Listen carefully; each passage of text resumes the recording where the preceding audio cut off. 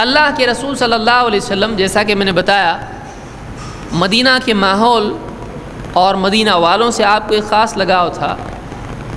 آپ لوگوں سے ملنے جایا کرتے تھے، مختلف بستیوں میں رہنے والوں سے، انصار سے آپ ملنے جاتے ہیں۔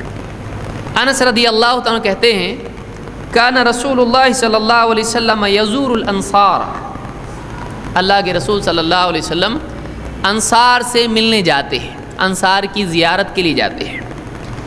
یسلم علی صبیانہم ویمسح برؤوسہم ویدعو لہم، جب بستیوں میں جاتے لوگوں سے ملنے تو آپ کیا کرتے؟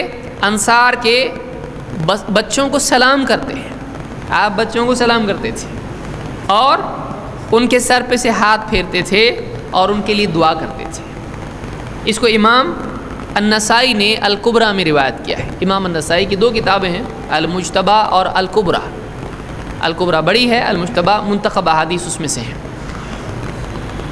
اور یہ صحیح روایت ہے۔ شیخ الالبانی نے اس کو صحیح کہا ہے صحیح الجامع الصغیر میں۔ تو فرماتے ہیں کہ جب انصار کی بستیوں میں آپ صلی اللہ علیہ وسلم جاتے تھے تو آپ بچوں کو سلام کرتے اور شفقت سے ان کے سر پر ہاتھ پھیرتے اور ان کے لیے دعا کرتے تھے۔ آپ اتنے بڑے ہونے کے باوجود بھی بچوں کو سلام کرتے تھے۔ یہ بات بتاتی ہے کہ اسلامی معاشرے میں بچے غیر اہم نہیں ہیں اور ان کی شخصیت میننگ لیس نہیں ہے۔ یہ تو بچہ ہے، اس کو گننا بھی نہیں ہے۔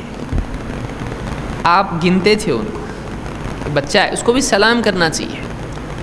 آپ صلی اللہ علیہ وسلم خود بچوں کو سلام کرتے تھے اور سلام کے ساتھ ساتھ ان کے سر پر ہاتھ پھیرتے تھے تاکہ ان کو شفقت کا احساس ہو، اور اس کے ساتھ ان کے لیے دعا بھی کرتے تھے۔ اگر اسی کو 3 چیزوں کو سمجھاؤں تو کافی وقت نکل جائے گا۔